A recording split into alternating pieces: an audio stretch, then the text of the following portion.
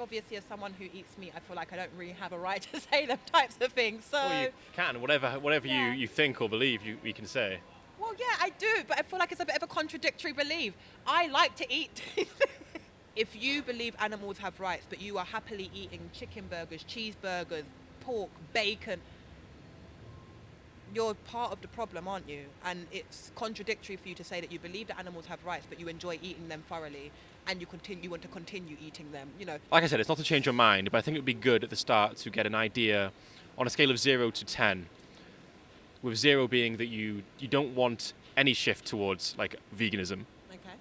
You're happy with the way things are, and 10 being you think we should all absolutely be vegan. Like, where would you put yourself on that? I would say I probably put myself about a 5. I think that I know that from my experience as a personal trainer, I deal with a variety of people who are from different backgrounds, different cultures, and I'd say they have different intestines as well. Some people, they can function really well without meat, and their bodies run an optimal, tip-top condition. And there are some people, when they have meat in their body shuts down, and it almost becomes an enemy to them. So I would say I'm in the middle, because I think that there isn't a right or a wrong answer for it. I think everyone is unique in that. But as a base of animal rights, if we're talking on that specifically, I do believe animals have rights, but we also get hungry sometimes. Yeah. I'm wondering if you've ever had a personal connection with an animal. I have a pet that I am very much in love with. My pet Kia. He is literally everything to me. Even more so now, because I used to live with him when I lived with my nan, and then my nan passed away, and so I took him in. So he's like my proper little best friend. So yeah, I have a very this is my guy. This is my guy. Is it a cat or a dog? Yeah, he's a cat. He's a cat. Yeah, fluffy little so and so. Always just in the way, but I love him. Like, I don't think I could live without my little kitten. I'm so scared for when he pops. He's old now, so I call him a kitty, but he is not a kitty. Right. He is a big grown cat, like 13 years old now, so pretty anyway. I'm wondering, like, what you've kind of learned from being around a cat, like in terms of the cat's capacities and like ability to feel. Like, is it obvious to you that this cat is having an experience of life? Yeah, I think it is. Like, this cat is just always, I just feel like some days he's like, yeah, I'm having a lazy day. And I feel like I look at him and I'm like, you're like a little human. Like a little human with no responsibilities. Because, he'll have days where he wants to laze around and he's just lying there staring at you. You have days where he looks like he's, thinking about life. He'll be lying there with his head hanging off of his beanbag and he'll just be thinking about life. And I'm like, what are you thinking? Other days, he wants attention and he's really like up on you. Other days he just doesn't really care. And you can tell, like, he's going through the emotions, he's going through the feelings. Like, he'll have days where he's really vocal. If I've gone out of the house, like when I go home, he'll probably come to the door and he meows like when I come in. Or if he's feeling too lazy, he'll stay lying down. And the moment I walk in the living room, he'll be like, meow. And I'm like, oh, you care that I'm home. Right. Like, so, I can tell that he's going through the emotions of living a life, and I'm totally here for that. Yeah, I'm glad I can be a part of it. There's a complex inner experience going on there. Yeah, you can tell. And as much as I wish that we could communicate and I could understand what he's saying, and he could be like, yeah, Aisha, I really understand you. I know that that's not really there, but I would love if there was technology that could be like, you can understand your cat and your cat can understand you. I would be like, please give it to me. I would love to know what this little man. Cat would be like, we need to change the food. Yeah, like, I've eaten the same food. I don't even like this whiskers. It's been 6 years. Come on now. So it could. I would love to. Like, I'd love to know what he was thinking and what he's experiencing and feeling. I always look at him and I'm like, what are you thinking? What are you feeling? I care. Like, I do care what he's experiencing, what he's feeling. And there are times where, like, my partner, he doesn't like being picked up. So my nan was not very affectionate. She just stroked him. Right. Typical old people attention. I just stroked my cat. So he's very much like he's a bit bougie, for lack of a better descriptive. Like, he thinks he's too good. Yeah. So when my partner picks him up, he'll be like, and I'm like, my friend, we're not going to hurt you. And I always wonder, what are you trying to say when that happens? Like, go away, leave me alone. Like, what is it? But I'm always curious, and I think, I'd love to know, like, what it is that he's experiencing in them moments. And even trying to understand what the humans are experiencing can be a challenge, right? So it's definitely a challenge there. I'm wondering if you can think of a specific instance where you saw an animal suffering. I actually can. Now you ask me, I didn't think about it, but I can. So when I was younger, I was staying at my nan's once. My nan used to have 2 dogs. She used to have 2 dogs. They were Shar-Peis. And I think where she lived, there was loads of foxes, and they started putting down like the fox pellets for the poison. And I think one of her dogs ate it. And he basically, I kind of saw him pass away, but I didn't realize he was passing away at the time. I was quite young, but it was not a nice experience. And that's something that I think, even without realizing, like saying it, you said it to me, and I thought about it, and I was like, no. And then I was like, wait, no, I have. It's something that I suppose has traumatized me, but I haven't actually necessarily paid much attention to the fact that it was slightly, like, even now saying it, I'm like, raw. Like, it's, yeah, kind of freaky. Yeah, and it was not nice. I remember being really devastated about the situation because I didn't really understand what had gone on. Right. And I didn't know how to help. You know, I felt a bit helpless in that moment. So, yeah. How did you know that the animal was suffering? Just based on the way he was behaving, his body movements, the noises he was making. He was being quite violently sick. I got a bit scared. I called for my nan, and she came down. And that's when she kind of freaked out a little bit because I think she was probably thinking, what the fuck is going on here? Yeah. And then she called the veterinary peoples, and they were like, cool. Yeah, so for me it was just very much, it was very obvious that there was something not quite right, you know? Yeah. And that, I think that for me really stood out as, so for me, even like with my cat now, I'm really like, anything, I'm like, oh my gosh, like, I always have I live on 6th floor, and I have like these things where I'm scared he's gonna jump out of the window, and I have this major freak out, so yeah. I'm always like on edge now, like about animals, especially in my care. Like, no way am I gonna let you go through something that, yeah.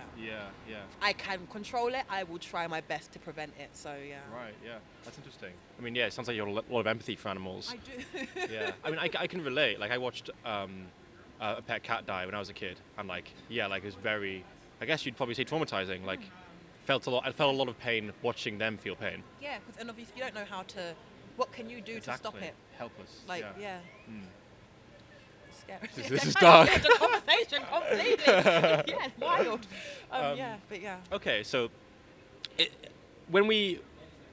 think most of our experience of empathizing with animals comes from like cats and dogs.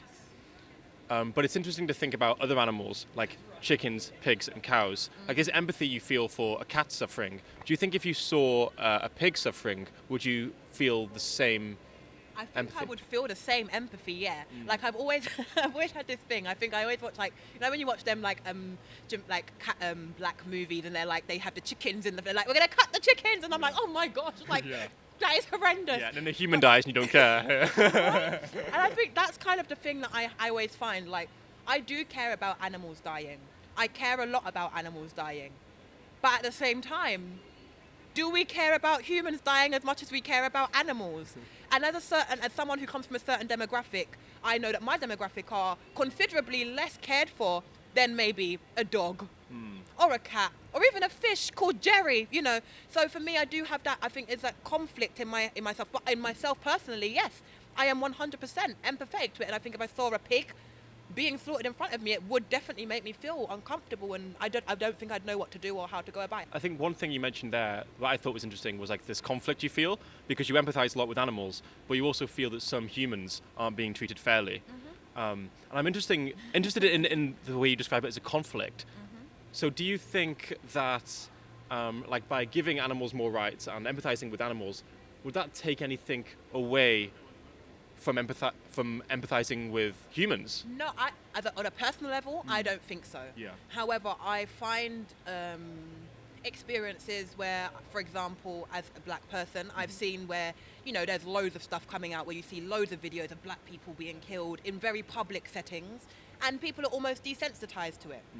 But yet you see, you know, a dog being run over in broad daylight and everyone's crying their eyes out and there's trauma, and I get it. Because I would feel the same about the dog, but I would also feel the same about the black person. And for me, it does make me feel a bit conflicted. Like, I'm not conflicted in the sense of I don't want to care because of this. Yeah. No, I do want to care, but it makes me feel conflicted that is my care placed in the wrong place? If there are people who already care about this, maybe I should be trying to get people to care about this. So I feel like that's where the conflict comes from. But at the same time, no matter what, life is important, and that's what I believe. So, yeah. I think like you're right. Like there's huge outrage whenever like an individual dog is harmed. It's crazy. Yeah. Oh my God. Which like at the same time I don't want to squash that, but like from my perspective when I'm thinking about like the pigs and chickens and cows that like people aren't really talking about, and there's a lot of. I feel like if we were to talk about animals in the way of human beings, I would say the pigs, the cows, the chickens would be like the black people. People are like, oh, it's okay. We need to eat them. Obviously, we don't eat the black people, but it's all right. Like it happens all the time, and I feel like that's the kind of energy that is kind of associated with maybe pigs, Right. cows, Do chickens. do you see a moral difference between a pig and a dog?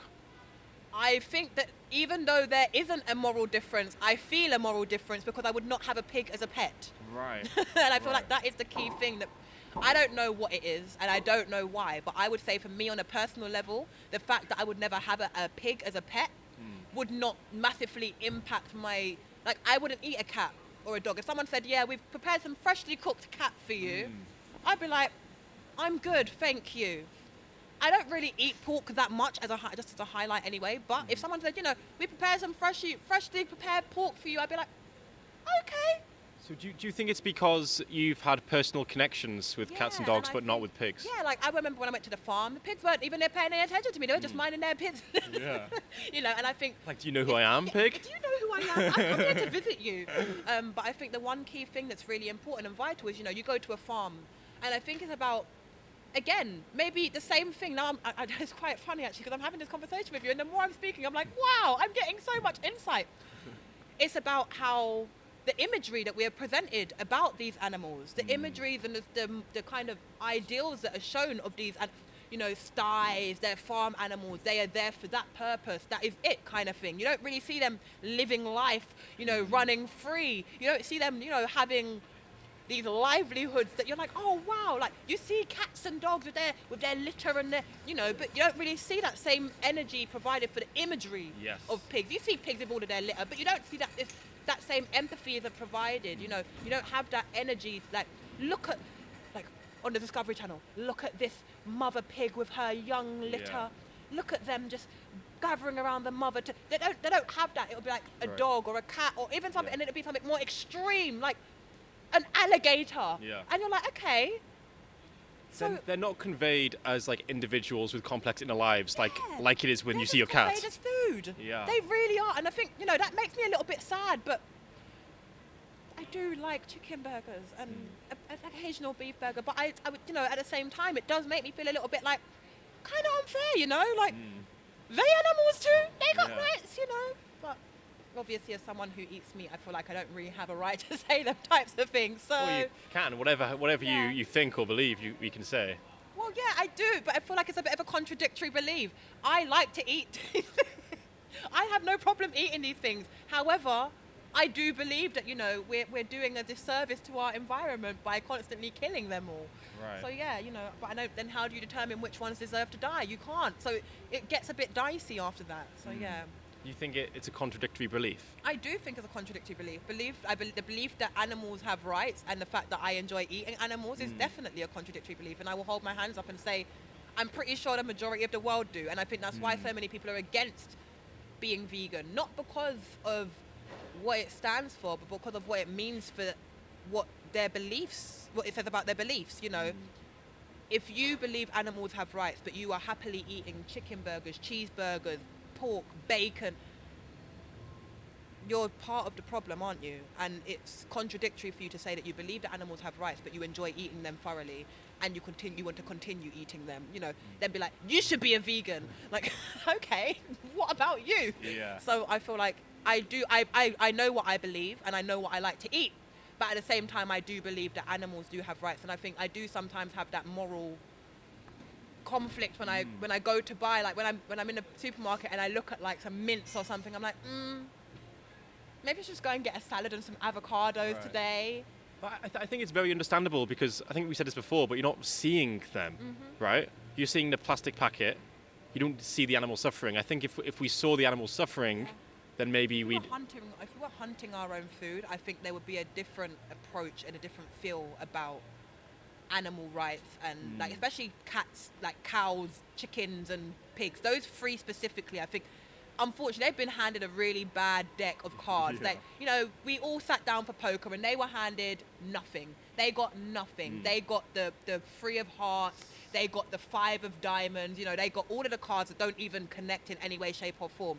And we are all with our flushes and our straight runs, and no one cares. And I think it is quite, now you think about it, it's quite sad actually. Like, the poor cows, the poor pigs, the poor chickens. Like, they're just trying to live their life, and we're just here like, come. I guess we're the ones. You in a burger. Come. I mean, I guess we're the ones who decide which hand they have. Yeah, and me personally, I don't really get to decide. And I always say, and I think it's quite funny. Like, one of the arguments I've always said is, if I don't eat meat, they're still gonna make it, aren't they? Right. So to try and validify why I eat meat, and I think it's a very valid point. But at the same time, it's very morally incorrect. You can't. It's like condoning one thing just because everyone else does it. But if it's wrong, it's wrong. If you believe it's a bit off, then yeah. By the way, I actually used to say exactly the same thing. I remember saying to my mother, like, I actually care a lot about animals, but like, they're going to be killed regardless, so what's the point in not eating them? I strongly believe that. No matter what, I do believe that is the case. They will be killed. In my experience, what I realised was that I was affecting the supply and demand. Yes, and that's what I've really that's what I've recently realised. The supply and demand is serious. I impact the supply and demand, but I am only one person. But if I can convince other people to impact the supply and demand, then they will need to supply less. But I believe they strongly don't care, and they will continue to do what they want because they know the majority of people aren't willing to change. Do you think that by not buying animal products, can we influence the number of animals being bred into existence?